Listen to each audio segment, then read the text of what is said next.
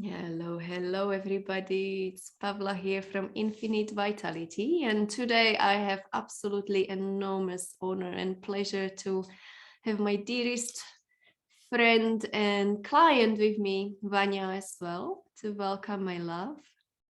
Thank you, my dearest Pavla. I'm so Mhm. honored to be doing this with you. We're Yeah. waiting a long time for this. Oh, absolutely. So, a little bit of background, guys. Vanya and I have been working together for a few months now. We've been having our weekly sessions. So, it's been a wonderful journey and we've got really beautiful connection. And we really felt the need to share the stories. So, you can see that you are not alone in the life challenges and adventures, and also see how things are intertwined with a Yeah. lot of different energies and a lot of different people. So what we did a really powerful work yesterday on relationships, and Mm. we all I'm sure can relate that that can be quite challenging from time to time. Mm. And we have uncovered some patterns that I see in a lot of women, a lot of my clients, a lot of those suffering patterns of the divine feminine, those old energies that no longer serve us. And I feel it's extremely important to bring this into awareness and then realizing that there's choice to do things differently. What we worked on together with you, my love, we have went deep, and this is what we do with this powerful work. We went into the ancestral patterns. So would you like to give us a little bit of a background on your family and how things have been on replay for you in your reality, in your relationships, and make it as brief as you like or as detailed as you feel is important. It's up to you. Well, thank you, my love. Um, okay, so of course my family lineage were Eastern European, and so I think that in certain cases the demographic is important because in certain regions of the world, because of certain conditions, certain, lack mentalities, certain struggles, people have developed more traumas over time. And so with my particular family, my mom and my dad, there was a lot of trauma that came through. It was an, entire maybe 3, 4 generations of abuse, Mhm. of lack of suppression, of suppressing the self, of living a life that's not true to you, especially in the divine feminine, especially in the woman in my family, because especially growing up with communism, the Soviet bloc, you had to survive, and the way to survive was put your head down and not question anything and basically just be on autopilot, right? And so that affects the soul, and that not only affects the soul, but it affects the children that will be born into that. Mhm. Because you see, in order to clear these karmic cycles, or no, it's not even to call it a karmic cycle, and in order to clear these traumas, we need to actually actively recognize that they exist. And a Abs- lot of people, right? And a lot of people are afraid to look at their families. So not just themselves, but to look at their families and to actually look at the reality of what their mom or dad could represent, because it's scary, you Mm. know? Everybody wants to paint this perfect picture of I have the perfect family, I have the perfect, but this is not about perfection. It's about getting real and healing something deeply rooted within ourselves and within our families so that we can break the cycle and we can finally be free. You Absolutely. know? Absolutely. So beautiful. And as you say, the places we come from are so powerful, and we have done a lot of healing of the Eastern European. I'm from the Czech Republic, so I feel you. I've done a lot of healing for my country, for my family, Yeah. myself. So I feel that session we had yesterday was for you too. for our part of the world too. Yeah. When we speak relationships, there's a lot of broken families at the moment, a lot of separation, a lot of misunderstanding of each other. And when we look into what is really going on, we can often see these patterns that we are repeating. If there's one thing that really opened my eyes when I was doing my healing course, and my beautiful teacher Christoph said, you know, if we don't deal with what is going on in our lives, we just, and from the relationship point of view, we just end up dating each other's parents. Yeah. And when I heard that, I'm like, oh my freaking Lord, what? And then I started to see it all. I started to see all the patterns. And your family has had quite a journey, and it's absolutely up to you if you would like to share that. But so did you. So what would be the points that you've realized for yourself that's not really you? This is not your true essence who is navigating life, and especially the relationship.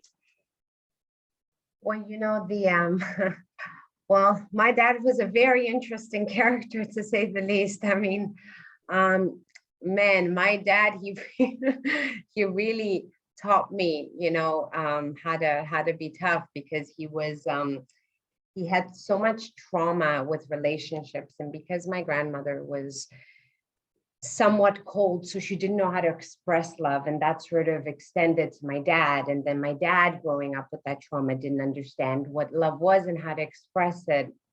You know, my parents were married for 35 years, and they got divorced well into their 50s, actually. So they immigrated 3 continents together, but my dad felt like he had maybe lost his essence. He was very authoritative. You know, I don't like to use the word narcissistic because it's been used everywhere, and you know, you can't diagnose someone that way, but my dad was very much about himself, and that was it. And he refused to deal with any external anything that was outside of him, in the way that he wanted what he wanted, and that was it. And he refused to deal with the, you know, the traumatized inner child. So of course, growing up with somebody like that, and he was always an overachiever academically, so he had those standards for us, for me and my sister. And that was challenging, because what I learned, and I noticed this pattern. So I knew very well that, you know, you end up being with your, you know, either one of your parents, you know. And I was, you know, in that I was married, and, you know, and I'm divorced, and now with my current partner. And I see these patterns where you're taught that you can't express who you really are. You know, you have to do things to appease your partner. You know, there's certain things that you have to change in order to fit into the idea that your partner has of you. And, you know, these are some of the patterns that a lot of women go through. A lot of women justify abuse. A lot of women justify violence. And not all violence is physical. Sometimes the worst kind of violence is mental and emotional. You know, when a man ridicules you, when he puts you down because of, and this is both men and women, okay? Men and women go through this. So it's not just, you know, native to women, but it's when your partner doesn't validate who you are. When they tell you, you're not good enough like this, you need to be like this, then you'll be good enough. And the fact that we allow that behavior, but we allow that behavior because we're replaying old traumas. And those traumas don't come, sometimes they don't even come from us, because, you know, Pavla and I have talked about it. Sometimes we look back at our own history and we say, wait, where did this come from? It doesn't make sense.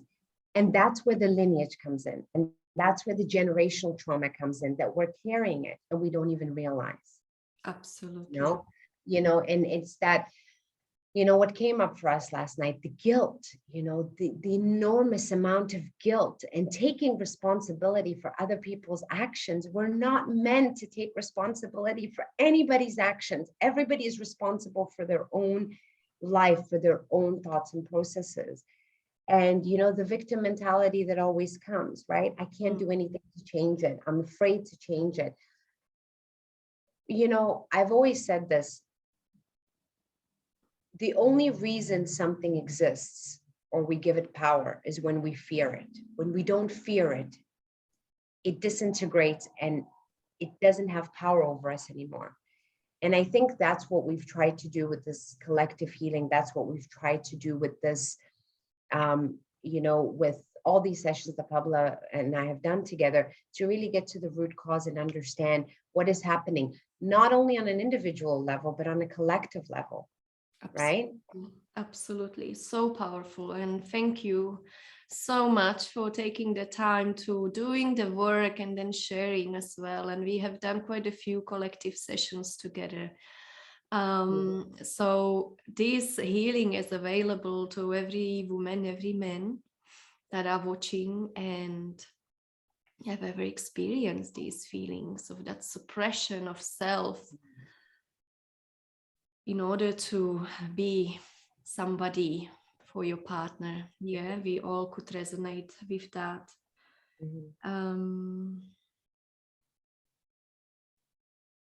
What else would you like to add?